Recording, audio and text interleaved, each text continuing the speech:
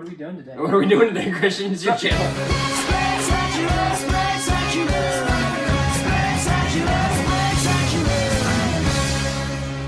So how's it going, everybody? Welcome back to another Harry Potter review. So I am joined by the usuals of Jonah Morgan. and Logan Wilson. and as usual, Christian Hopkins. And today we're here to talk about the second Harry Potter movie with Harry Potter and the Chamber of Secrets. Top of your Zaxby's cup is just at the very bottom of this shot. Zaxby's. Not a sponsor. Not a sponsor, no. Not sponsored. So where to start? Anyways. Logan, you are the Harry Potter expert of the three of us. How about you take charge here? I mean, listen, I don't like being told what to do, but which one? This is Chamber. Which movie are you watching? What are we doing? Yeah, really. I think this one obviously improves on the first one. Mm-hmm. I think each movie as you go gets better. In my opinion, I think that's how it is. Where do you start with this one? Is there any new characters we should really talk about right off the bat? Draco's dad. Draco's dad gets introduced. He's a big part. He's very clearly a villain from the second you meet him. Because, duh. And they're very unsubtle, like his evilness. Like some of the lighting, just like only light. The lighting at the very end, oh my god, hopefully you can find a picture of that. The lighting is only on his eyes. It's so on the nose. It's hilarious. Yeah. It's a lot of these movies. It's just on the nose. On the nose, hey, this person is evil. Uh-huh. There's not as much... Are we doing bad or are we mixing? Mixing. My one thing that I have a problem with this is, okay, like, I like Hermione's okay. Yeah. She's not in barely any of it. Neither is Snape. Snape is like a big part of the first one. And he's only in a couple scenes in this movie. He's in the dueling scene, which is, like, it's a good scene. Yeah, but, like, he gets a lot of stuff later. I'm sure that's why they did this. It's fun to have one time where, like, he just doesn't get it. I love Snape and Alan Rickman, so I wish I would see more of him. This one we can rant about a little bit is Jenny. I thought Jenny that's gets introduced Get in this out movie. of here, man. She's supposed to be so essential.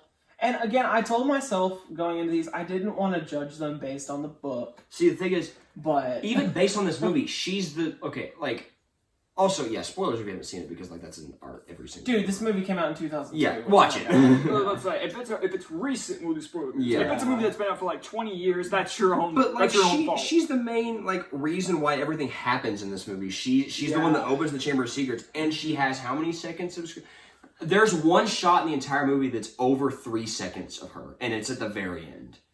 Yeah, that's it. I looked it up because I was curious. Basically, Jenny's super developed in the books, and she's a great character. And actually an understandable character. Yeah, an understandable character. You know a lot about her, so that in the end, when she's literally married to the main character, you're like, oh, okay. It's cool. That's one of the reasons why I want to kind of read the books is because I want to see what it was meant to be. Right. They don't do that. I looked it up because I was curious. Throughout all 8 films, she has 30 minutes and 15 seconds of screen time. And this movie's probably 15 seconds. It's probably because this is probably the bulk of it. Because this movie, I'm willing to bet, is maybe 3 minutes. Because there's a lot of time she's maybe passed out or flashbacks or whatever. There's one shot of her conscious that is more than 3 seconds, and it's at the very end whenever she wakes up. That's true. I think this is there's background shots which I'm sure are included. If I had to take a guess, the bulk of her screen time is this movie.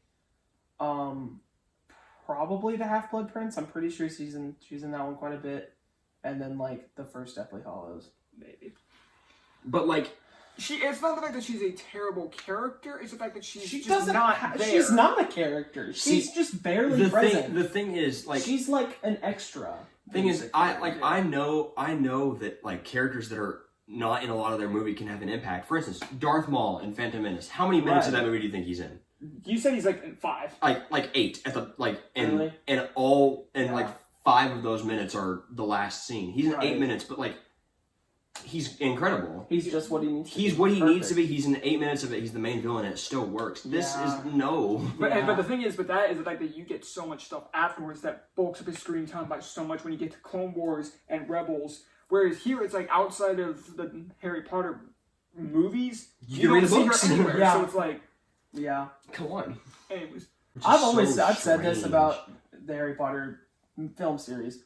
For a while, I wish that they made 3-hour director's cuts of each movie. Hey, here's Jenny being a character. Here you go, nerdy fans. Here's 3-hour cuts of all the movies. I would watch because that. whenever we first watched Sorcerer's Stone, there were deleted scenes and stuff, Yeah, which I would there's assume is lots of deleted scenes. what I would assume is the director's cut. Yeah. Now, some director's cuts like change the outcome of the movie a lot of I times. didn't notice that with this one. So No, there weren't any. Not that because I've seen like parts of this movie from my brother, but like some director's cuts like change the entire like thing of the movie. Yeah. And in this, Superman. in this you probably couldn't. I think that's more like some deleted scenes. I was gonna say more like because this technically counts as a director's In cut, but the Snyder cut. This, it's just a completely different movie overall. movie, yeah. In this, if you release a director's cut, I mean, you couldn't change the outcome of the movie like that much because it's like it's set in stone of what's gonna happen. But like you could at least give more characters like characterization, development, background development, so you care about them. Like whenever it's like, oh, Ginny got stolen, you're like, okay, no, that's cool. You mean the girl that showed up for like 2 seconds at the beginning of the movie? Yeah. It's like, whenever I heard the name Ginny, I'm like, who? Oh, yeah, who? Yeah, but she's just extremely underdeveloped, and like this is me. Okay, a little bit of it is some book bias, but it's true. Also she still marries him from a film standpoint. She doesn't get enough development. Like, and she's like, let's pretend the books don't exist.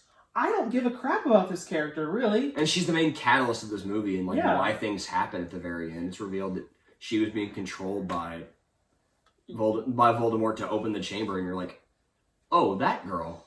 Right. Because if you're going to take an entire like franchise and like have this character, have the main character have a love interest, one of the most well-known usually, characters in cinema history. Yeah, if you're gonna have a main character have a love interest, more often than Make it not, Hermione. it's going to end up being like very well developed and like develop that relationship. Hermione.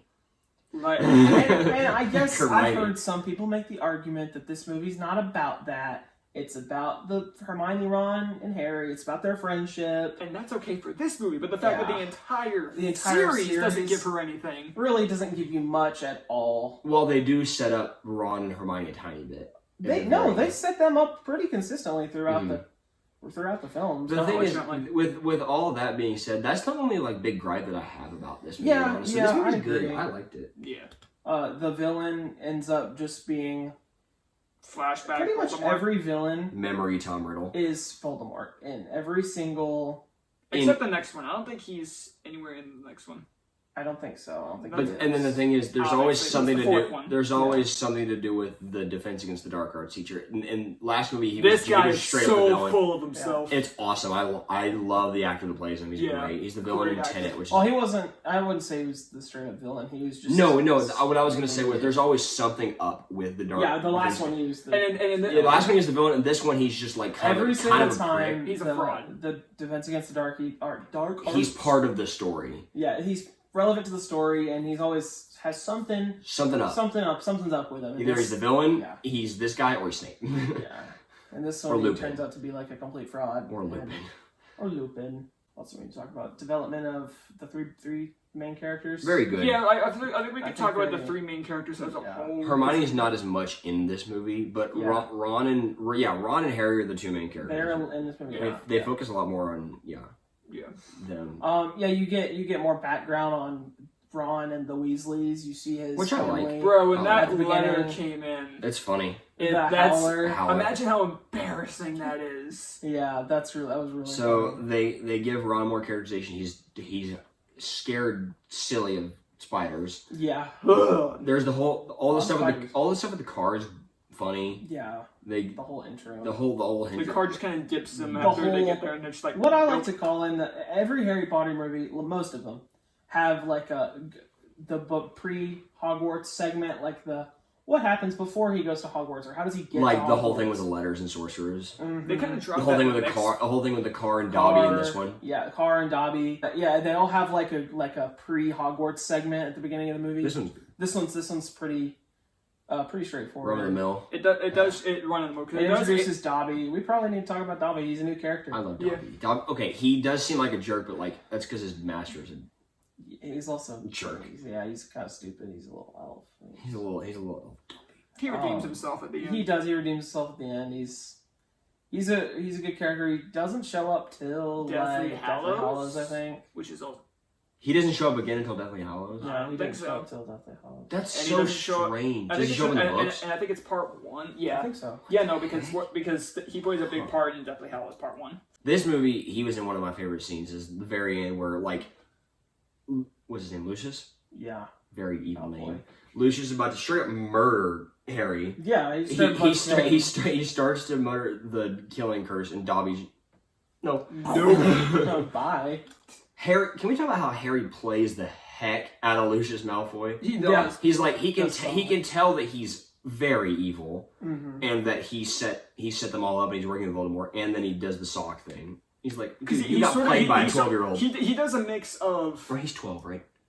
He had just turned 12. Maybe he That's does a really thing. good mix of like calling Lucius out, just like, hey, I know what you did, but Hey, also you're evil. doing it like, hey, I'm gonna trick you into freeing Dobby. Freeing your Uh-huh. sleeve. That was clever. And it's a great iconic scene. That's another consistency throughout Don't the whole series is they're always blaming everything bad on two people, Draco or Snape. Snape.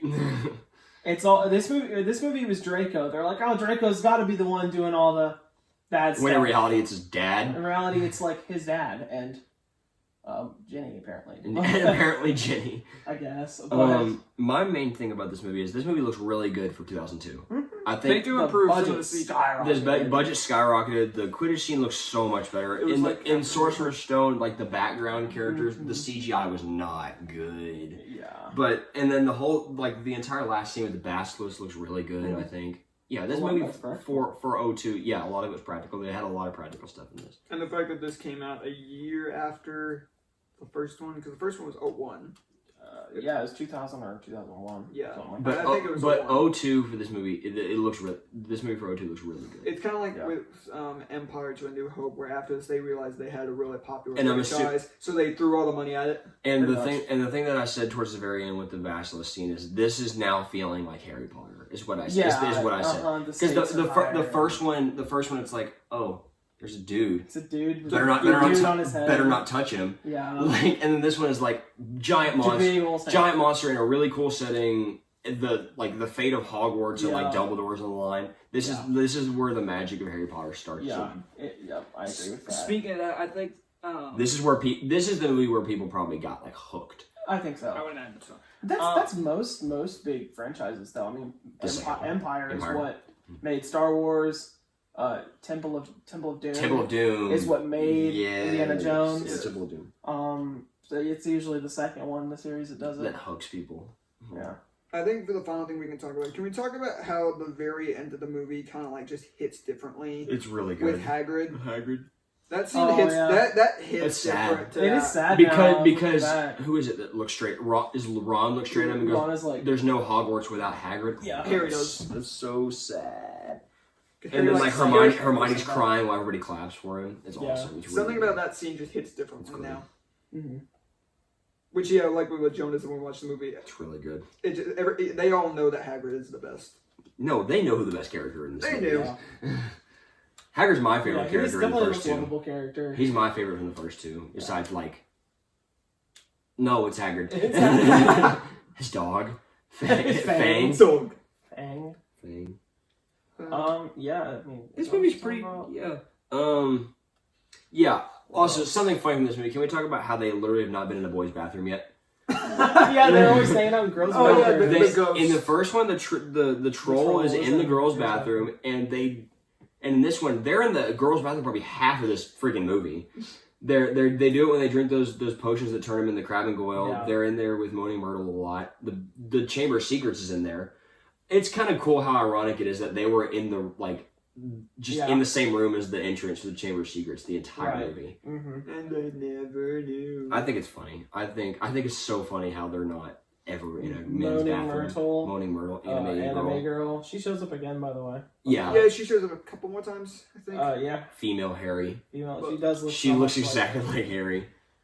Par for the course. Last thing. Par for the course for the rest of the movies. John Williams needs to chill out. John Williams needs to John calm Williams is man. He does. John Williams needs to calm down. I mean, that especially with that last scene. This soundtrack is great. The last scene with Hagrid, when those French horns kicked in, I visibly did that. I'm like, calm, brother, Yeah, calm there's yourself. so It's many- so sad that his last movie is going to be this new Indiana Jones movie. Hasn't he said that? Yeah, I think so. John Yeah. Williams? That's going to be his last movie. Really? Wow. It's sad. Go Oh, on. That's crazy. his music will probably be used in more movies. Definitely. Probably. You guys have anything else? I don't. Not really. It's a pretty straightforward film. Yeah. Yeah. John Williams, calm down into discussion. And in discussion, a little more Yeah. straightforward. That's because most of the conversation we had about like the really main characters were mostly summed up in the first one. And But this stuff's one- probably gonna get crazy in the next couple. It starts to pick up. Yeah, this is probably like the Starts most. to become Harry Potter. This was probably the most chill of Harry Potter movies because then after Besides like the first one, because the first one's like well, the first one like is not as chill because you're introduced to this world. This is like there's you've been more in the going world. on in the first one. Yeah. Overall, Logan. Yeah, so I'll start this out. I actually do not like this one as much as the first one. Really? Yeah, I gotta be honest with you.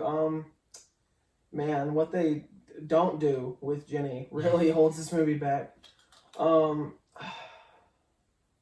Also, there's just a bit of nostalgia and magic, if you will, with the first one on rewatch that just is so cool. Yeah, I'm not gonna go much lower with this one. I'm gonna give it an 8.2. Okay. Okay. I'll go next. The first one I gave it a 7. Yeah, I think 7.7 or 7.8. Now I can't speak as much to the whole Ginny thing because I haven't read the books yet. Yeah. But I do understand why it's not good.